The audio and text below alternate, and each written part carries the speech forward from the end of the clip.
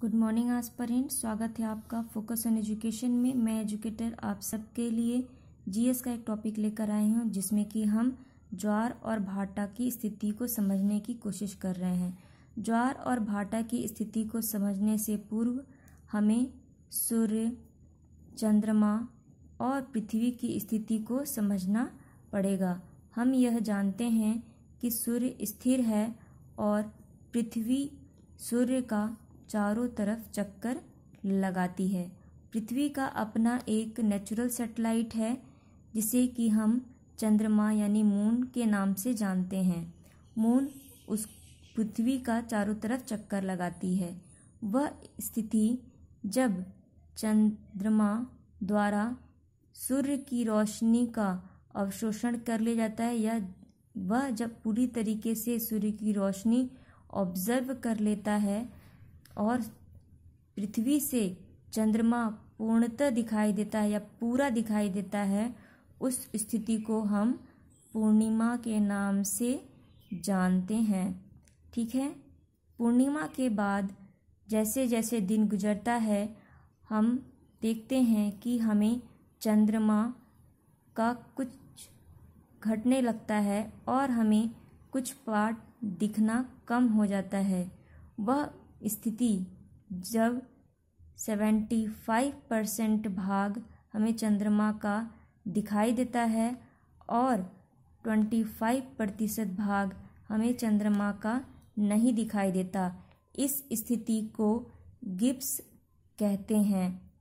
ठीक है स्टूडेंट, जो यह नहीं समझ पा रहे हैं, कल की वीडियो में हमने इनकी परिभाषाओं को पढ़ लिया था, आप उसे जाकर देख लीजिए। फिर चंद्रमा जब आगे बढ़ता है, दिन गुजरता है और चंद्रमा आधा दिखाई देने लगता है और आधा नहीं दिखाई देता। ठीक है, यानी 50% भाग यह हमें दिखता है और 50% भाग हमें नहीं दिखता। इसे हम क्या कहते हैं? इसे अर्ध चांद कहते हैं या फिर इसे अंतिम चतुर्थांश कहते हैं। ठीक है। फिर चंद्रमा जैसे जैसे आगे बढ़ता है, फिर एक स्थिति आती है जब चंद्रमा का कौन सा भाग? चंद्रमा का सिर्फ हमें कुछ ही भाग दिखाई देता है। ठीक है, यानी सिर्फ हमें 25% भाग दिखाई देता है और 75% भाग जो है वह हमें दिखता ही नहीं है। ऐसी स्थिति को क्या कहते हैं? ऐसी स्थिति को कहते हैं क्रिस्टन। ठीक है, हमने पढ़ा था ना क्रिस्टन के बारे में। फिर जब चांद पृथ्वी के पीछे आ जाता है और हमें दिखता ही नहीं है, मतलब यह रोशनी इसकी यहाँ तक नहीं पहुँच पा रही है। कहाँ तक? चंद्रमा तक। क्यों? क्योंकि पृथ्वी सामने आ गया है। ऐसी स्थिति में हमें चांद नहीं दिखाई देता है और अगर हमें चांद नहीं दिखाई देगा तो उस स्थिति को कहते हैं क्या? अमावस्या कहते हैं।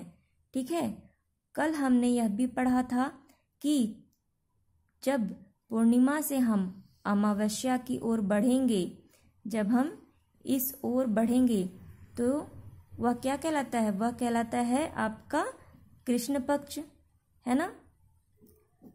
कृष्ण पक्ष कहलाता है, हमने ये पढ़ा था।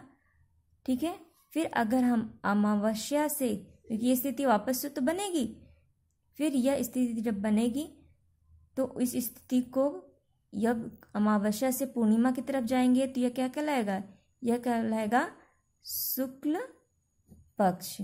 ठीक है, शुक्ल पक्ष कहलाएगा। ठीक है स्टूडेंट, अब ये स्थिति फिर बनेगी ना, क्रिस्टन फिर आएगा, फिर अर्ध चंद्र ग्रहण आएगा, अर्ध चंद्र आएगा, फिर गिब्सन आएगा, फिर पूर्णिमा आ जाएगा। ये स्थिति वापस यहाँ पे भी तो बनेगी। उसके बाद हमने क्या देखा था? सिजिकी के बारे में देखा था ना। सिजिकी क्या होती है? एक लीनियर रेखा होती है, यानी एक सीधाई में आना, जिसे कि हिंदी में युक्ति वियुक्ति कहते हैं। जब जो सूर्य है, सूर्य जो है के साथ जब ये चंद्रमा का संयोजन हो जाता है, ठीक है। तो ऐसी स्थिति को क्या कहते हैं हम? ऐसी स्थिति को वियुक्ति कहते हैं, ठीक है, सॉरी युक्ति कहते हैं। ऐसी स्थिति को क्या कहते हैं? युक्ति कहते हैं। और ऐसी स्थिति में जब इस युक्ति की स्थिति बनती है तो उस समय सूर्य ग्रहण लगता है, ठीक है। ये क्या है? ये ऐसी स्थिति बनती है तो ऐसा होता है क्या? सूर्य ग्रहण, ठीक है। और जब ये वियुक्ति की स्थिति बनती है, ये स्थिति क्या होगी? ये होगी वियुक्ति, ठीक है। वियुक्ति की स्थिति जब बनेगी तो क्या लगेगा, क्या दिखेगा हमें? चंद्र ग्रहण। हम इनके बारे में भी कल पढ़े थे ना, चंद्र ग्रहण और सूर्य ग्रहण के बारे में। तो विमुख हो गया है, क्या हो गया है? सूर्य से चंद्रमा विमुख यानी दूर हो गया है, विमुख हो गया है और यहाँ पे इसके सामने आ गया है। और हमने ये देखा था इस स्थिति इस समय। और अब हम आगे के कल हम पढ़ेंगे कि क्या हर समय सूर्य ग्रहण और चंद्र ग्रहण की स्थिति होती है और इन दोनों में क्या अंतर है, ठीक है। क्या ये हमेशा दिखते हैं? ये कैसे लगते हैं?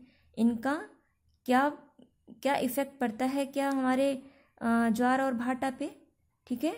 आई होप ये वीडियो आपको समझ आया होगा और थैंक यू। आप मेरे वीडियो को शेयर कीजिए, सब्सक्राइब कीजिए। अगर अभी भी आपको कुछ समझ ना आए तो मुझे कमेंट सेक्शन में लिखिए, मैं उसे कल समझाने की कोशिश करती हूँ। Thank you aspirant.